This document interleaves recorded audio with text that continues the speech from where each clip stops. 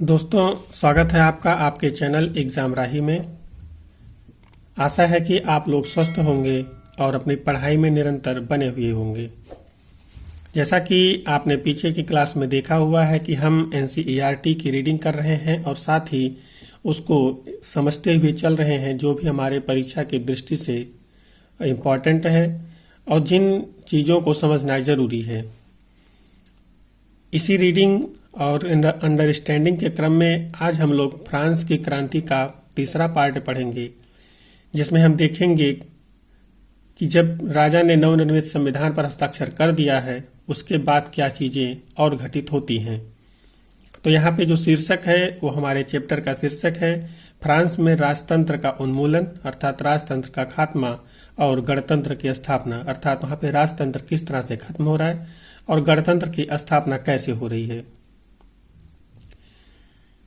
आपसे निवेदन है कि अगर आपको हमारा ये प्रयास पसंद आ रहा है तो आप हमारे चैनल को सब्सक्राइब जरूर करें। हम इसी तरीके से पूरी एनसीईआरटी को क्लास 12 तक कवर करेंगे और हम वहाँ पे एनसीईआरटी का जो भी फ़ायदा आपको मिलता है वो आप स्वयं देखेंगे कि आपको अपने पढ़ाई में एनसीईआरटी का कितना फ़ायदा मिलता है। लेकिन इसमें आपको पेशेंस रखना होगा और साथ ही क्लास के साथ ही अपने आप को बनाए रखना होगा। नहीं, जब क्लासें ढेर सारी पीछे हो जाएंगी तो फिर आपको करना संभव नहीं हो पाएगा। इसलिए साथ साथ चलते रहिए और थोड़ा थोड़ा करके आत्मसात करते रहिए, क्योंकि थोड़े थोड़े से ही एक तरह से ज़्यादा होता है या घड़ा भरता है, बूंद बूंद से ही घड़ा भरता है। एक साथ भरने के चक्कर में सब कुछ चला जाता है। जैसे ही हमारा ये चैप्टर थोड़ा थोड़ा करके पूरा होगा, हम एक लेक्चर में इस पूरे चैप्टर को एक साथ कवर करेंगे और उसमें शुरू से अंत तक की सारी घटनाओं को देखेंगे। तो यहाँ पे हम लोग इसकी शुरुआत करते हैं। फ्रांस की स्थिति आने वाले वर्षों में भी तनावपूर्ण बनी रही। यद्यपि लुई 16वां ने संविधान पर हस्ताक्षर कर दिए थे, परंतु प्रसा के राजा से उसकी गुप्त वार्ता भी चल रही थी। अब आपने देखा था कि उसने संविधान पर हस्ताक्षर कर दिया था, लेकिन उसके बावजूद भी अभी जो स्थितियां हैं फ्रांस की वो अच्छी नहीं हैं। और जो लुई 16वां है, इसने हस्ताक्षर करने के बावजूद जो उसके पड़ोसी देश हैं, पड़ोसी देश प्रसा है, उसके राजा के साथ उसकी वार्ता चल रही है गुप्त रूप से, और कहीं न कहीं वो इस घटनाक्रम को बदलना चाहता है। फ्रांस की घटनाओं से अन्य पड़ोसी देशों के शासक भी चिंतित थे। इसलिए 1789 की गर्मियों के बाद होने वाली ऐसी घटनाओं को नियंत्रित करने के लिए इन शासकों ने सेना भेजने की योजना बना ली। अब देखिए कि इन लोगों ने अंदर ही अंदर वार्ता करते किस तरह से फ्रांस की जनता के विरुद्ध सेना भेजने का निर्णय कर लिया।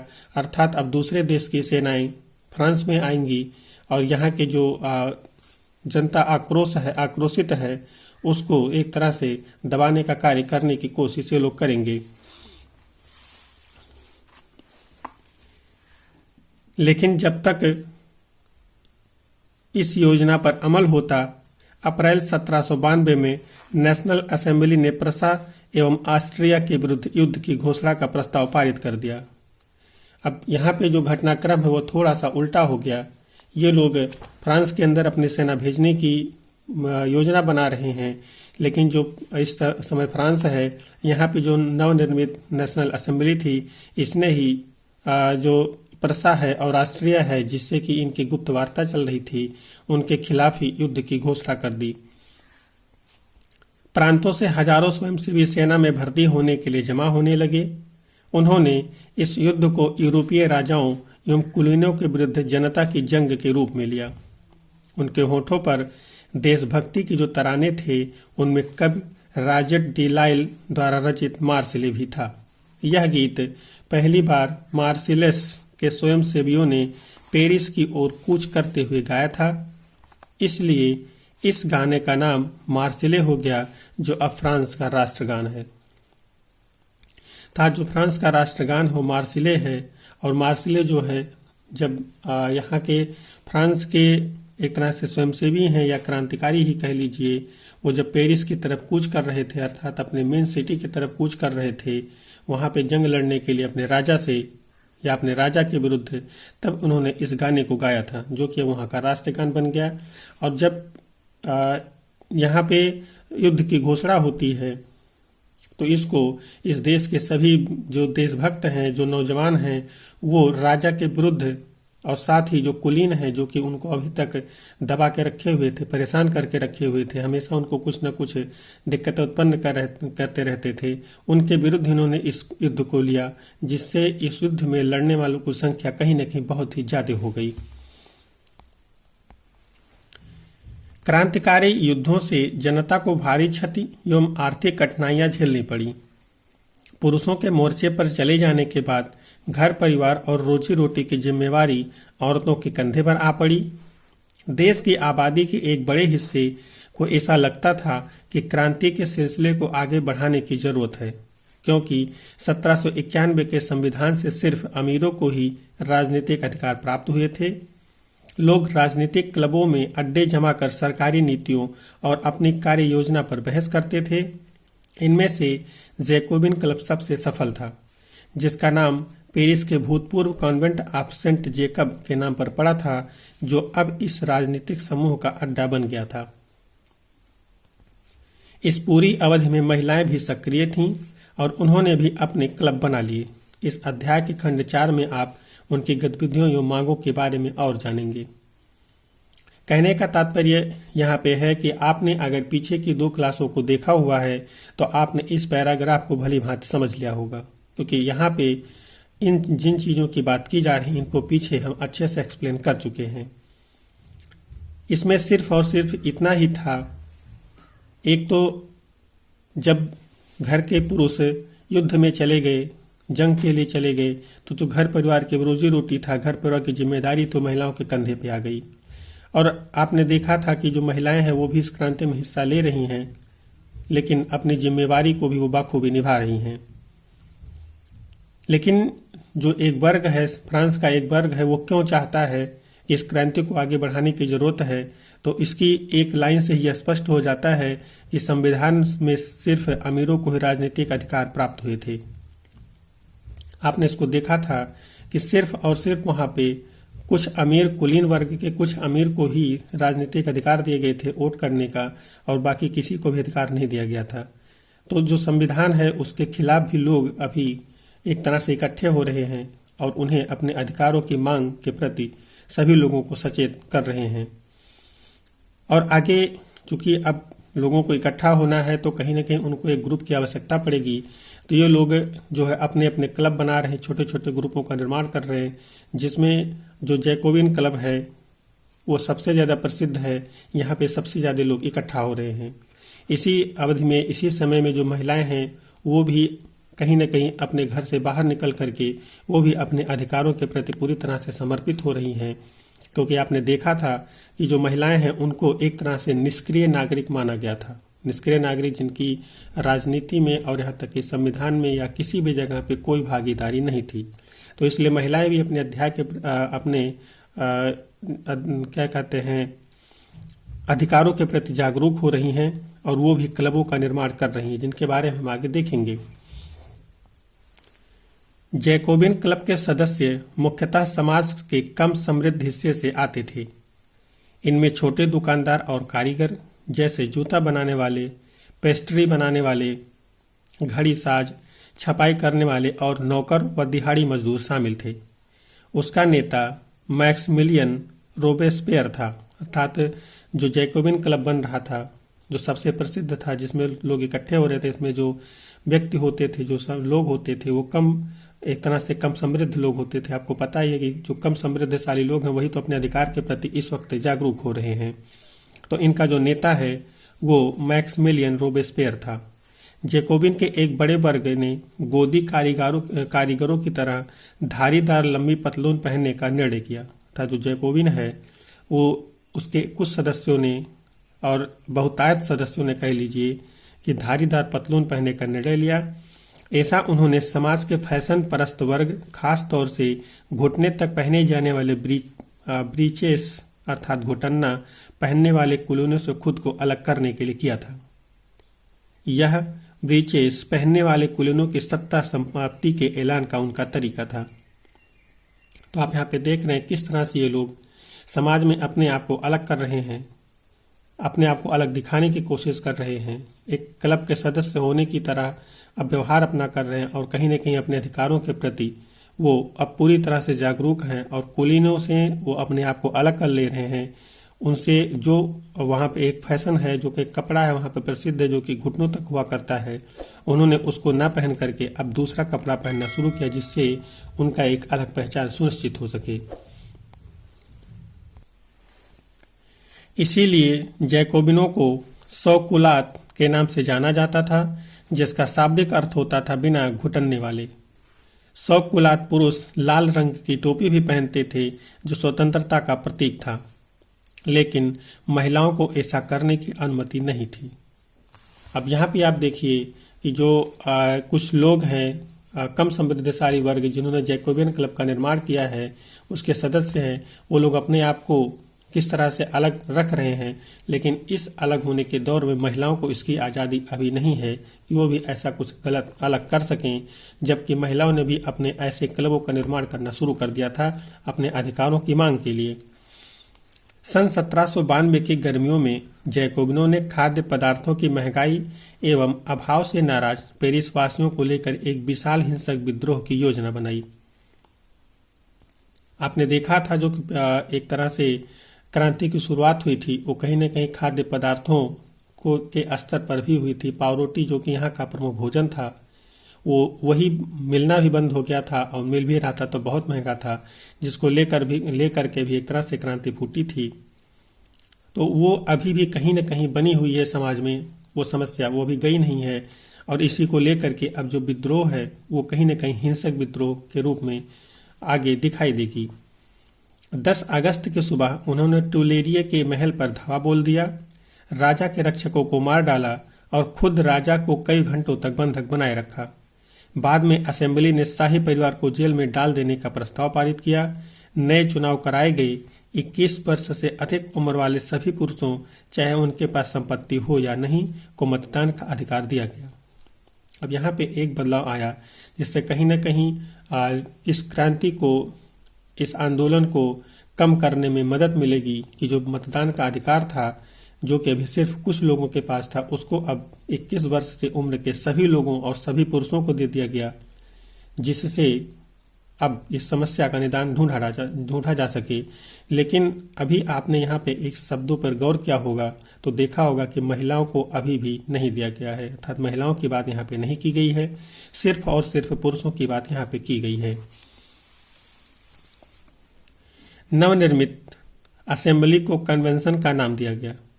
21 सितंबर 1792 को इसने राजतंत्र का अंत कर दिया और फ्रांस को एक गणतंत्र घोषित कर दिया। अर्थात जैसे ही राजा को वहाँ से हटाया गया, चुनाव कराए गए, उसके बाद जो असेंबली बनी उसे कन्वेंशन का नाम दे दिया गया और 21 सितंबर 1792 को फ्रांस में राजतंत्र को पूरी तरह से खत्म कर दिया, क्योंकि आपने देखा था कि राजा को ही, शाही परिवार को जेल में डाल दिया गया है। तो कहीं न कहीं उनका जो अस्तित्व था वो खत्म होता है और राजतंत्र का भी इसी के साथ अंत हो जाता है और फ्रांस में एक गणतंत्र स्थापित हो जाता है, जहाँ पे अब जो शासन होगा वो जनता के द्वारा होगा। लेकिन कहीं न कहीं आप देखिए कि अभी भी इस गणतंत्र में महिलाओं की भागीदारी नगण्य है, या यूँ कह लीजिए कि उनकी भागीदारी अभी नहीं है। जैसा कि आप जानते हैं, गणतंत्र सरकार का वह रूप है जहाँ सरकार एवं उसके प्रमुख का चुनाव जनता करती है। यह वंशानुगत राजशाही नहीं है। आप कुछ अन्य गणतांत्रिक देशों के बारे में जानकारी प्राप्त करने की कोशिश करें और देखें कि वे कब और कैसे गणतंत्र बने। आप यहाँ पे अगर एग्जाम्पल की बात करें तो आप भारत को ले सकते हैं, इससे बेहतर क्या हो सकता है। और भारत के बारे में आप जानते ही होंगे कि कैसे वंशानुगत राजशाही से हटते हुए ब्रिटिशों के हाथ में गया और उसके बाद 1947 में आज़ाद हुआ। लुई 16 को न्यायालय द्वारा देशद्रोह के आरोप में मौत की सजा सुनाई गई। 21 जनवरी 1793 को प्लेस डी ला कॉनकॉर्ड में उसे सार्वजनिक रूप से फांसी दे दी गई। जल्द ही रानी मेरी एंतोइनेट का भी यही हश्र हुआ। अब आपने देखा था कि उन्होंने पर्सा के राजा, ऑस्ट्रिया के राजा से अपने देश में क्रांति दबाने के लिए गुपचुप तरीके से बातचीत की थी। इन्हीं चीज़ों को लेकर के इनके खिलाफ देशद्रोह का आरोप लगाया जाता है। जब 1992 में यहाँ पे राजतंत्र की गणतंत्र की स्थापना हो जाती है और इन्हें और इनकी रानी को उसी समय में मौत की सज़ा दे दी जाती है। आगे हम लोग यहाँ पे देखते हैं कि आतंक का राज, इसके संबंध में हम लोग देखते हैं कि किस तरह से और किस काल को फ्रांस में आतंक का काल कहा जा रहा है। सन 1793 से 1794 तक के काल को आतंक का युग कहा जाता है। रोबेस्पियर ने नियंत्रण एवं दंड की सख्त नीति अपनाई, अर्थात जो रोबेस्पियर है इस वक्त इस देश का राजा है, राजा नहीं एक तरह से कह लीजिए कि नेता है, जो कि एक तरह से देश को चला रहा है। उसके हिसाब से गणतंत्र के जो भी शत्रु थे, कुलीन एवं पादरी, अन्य राजनीतिक दलों के सदस्य, उसकी कार्यशैली से असहमति रखने वाले पार्टी सदस्य, उन सभी को गिरफ्तार कर जेल में डाल दिया गया और एक क्रांतिकारी न्यायालय द्वारा उन पर मुकदमा चलाया गया। यदि न्यायालय उन्हें दोषी पाता तो गिलोटिन पर चढ़ाकर उनका सिर कलम कर दिया जाता था। गिलोटिन 2 खंभों के बीच लटकते आरे वाली मशीन था, जिस पर रखकर अपराधी का सिर धड़ से अलग कर दिया जाता था। इस मशीन का नाम इसके आविष्कारक डॉक्टर गिलोटिन के नाम पर पड़ा था। अब यहाँ पे आप देखिए कि एक नए युग का सूत्रपात तो होता है 1792-93 में फ्रांस में, लेकिन जिस नेता की हाथ में देश की बागडोर आती है वह भी बहुत ही सख्त नीति अपना रहा है और कहीं न कहीं देखा जाएगा तो वो एक तरह से निरंकुश हो चुका है। उसको कोई मतलब नहीं है, बस उसको जो सही लगता है वही सही है, जो गलत लगता है वही गलत है। और इस तरह से वो देश की जनता उससे एक तरह से त्रस्त हो जा रही है। और 1793 से 94 को उसी 1-1.5 साल को इसीलिए आतंक का काल कहा जा रहा है, क्योंकि इस रोबेस्पियर की जो भी मन में आ रहे हैं वही वो कर रहा है, जिसको मन कर रहा है फांसी पे चढ़ा दे रहा है, क्योंकि उसी ने ही एक तरह से न्यायालय, क्रांतिकारी न्यायालय की स्थापना की है और उसमें अगर कुछ कार्य हो रहे हैं जब तो उसके हिसाब से हो रहे, क्योंकि जो उसके पार्टी से असहमति रखने वाले सदस्य हैं, जो उसकी बातों से असहमति रखते हैं, उन पर भी वो मुकदमा चलवा रहा है, तो कहीं ना कहीं उस न्यायालय पर भी उसका प्रभाव है, क्योंकि जो उसके जज होंगे वो भी उसी के लोग होंगे, तो वो उसी के हिसाब से काम करेंगे। तो कहीं ना कहीं हम देखते हैं कि एक राजशाही से तो फ्रांस ने आज़ादी पाई, लेकिन कहीं न कहीं जो उसका नेता हुआ वो दोबारा राजशाही पे तो नहीं गया, निरंकुशता की तरफ चला गया और पूरे फ्रांस में एक तरह से उसने आतंक का माहौल पैदा कर दिया।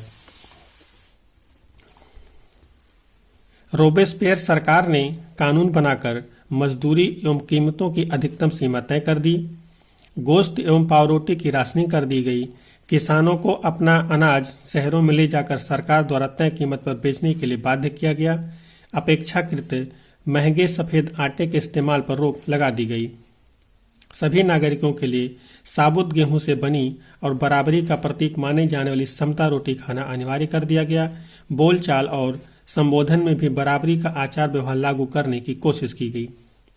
परंपरागत मानस्यूर अर्थात महाशय या मदान अर्थात महोदय के स्थान पर अब सभी फ्रांसीसी पुरुषों और महिलाओं को सितोयेन नागरिक एवं सितोयून अर्थात नागरिका नाम से संबोधित किया जाने लगा।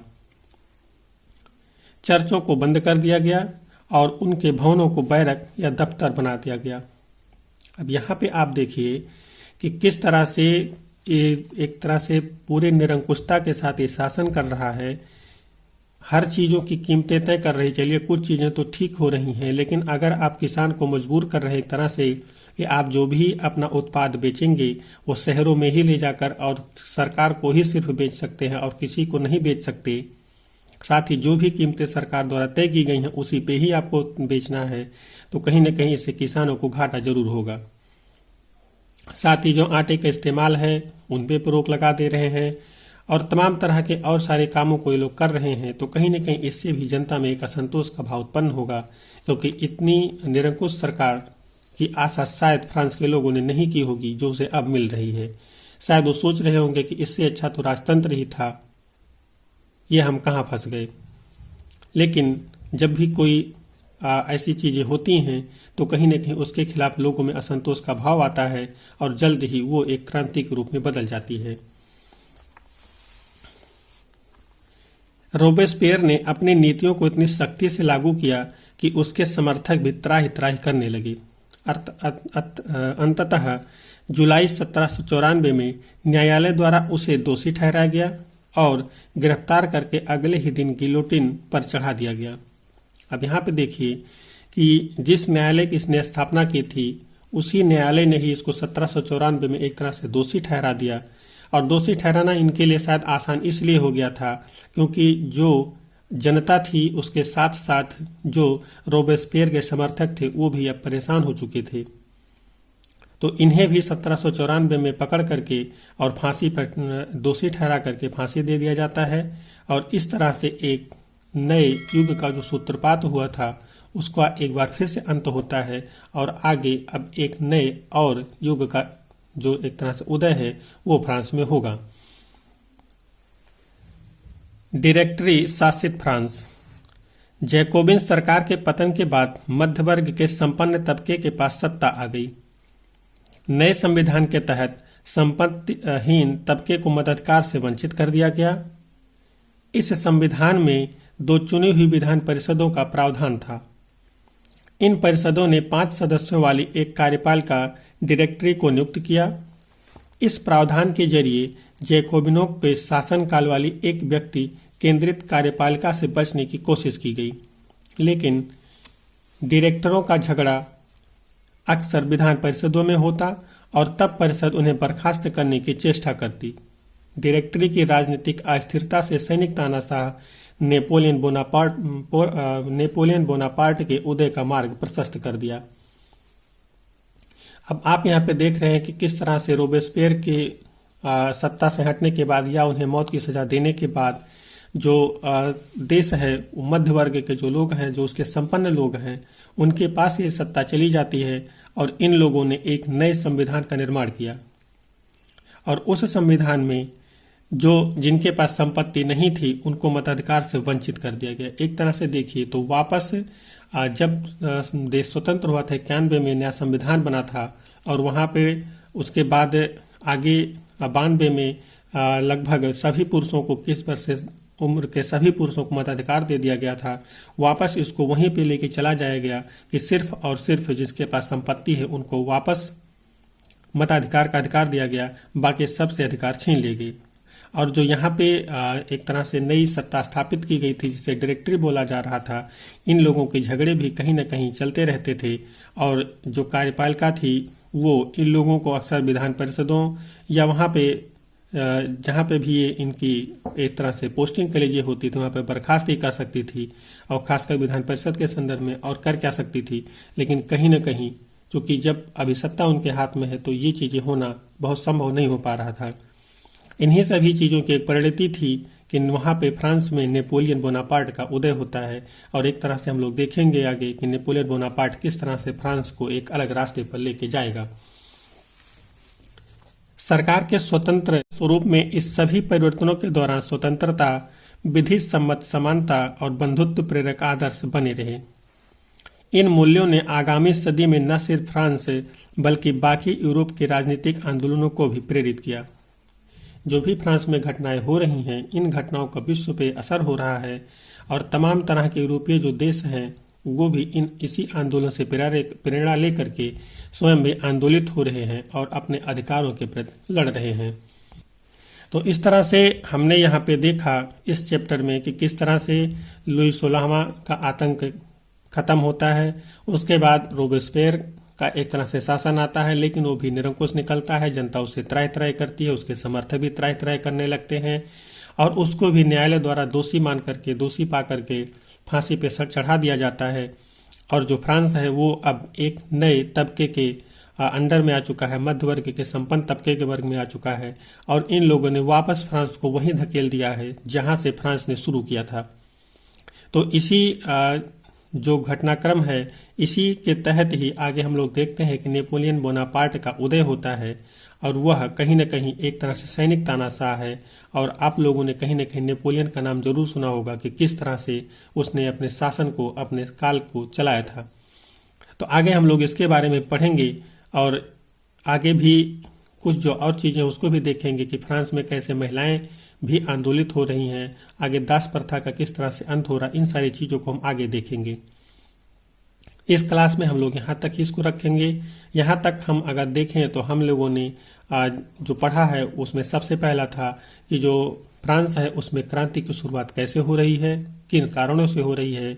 उसके बाद हम लोग देखते हैं अगले चैप्टरों में कि जो शुरुआत हुई है उसके बाद क्या चीज़ें होती हैं, क्या क्या घटित होता है, कैसे राजा को संविधान पर हस्ताक्षर कर देना पड़ता है, वो करता है, नया संविधान लागू होता है, बावजूद उसके राजा फिर से षड्यंत्र रचता है, लेकिन जनता अभी जागरूक हो चुकी थी, उसने इस षड्यंत्र को विफल किया और उस राजा को ही कारागार में डाल दिया।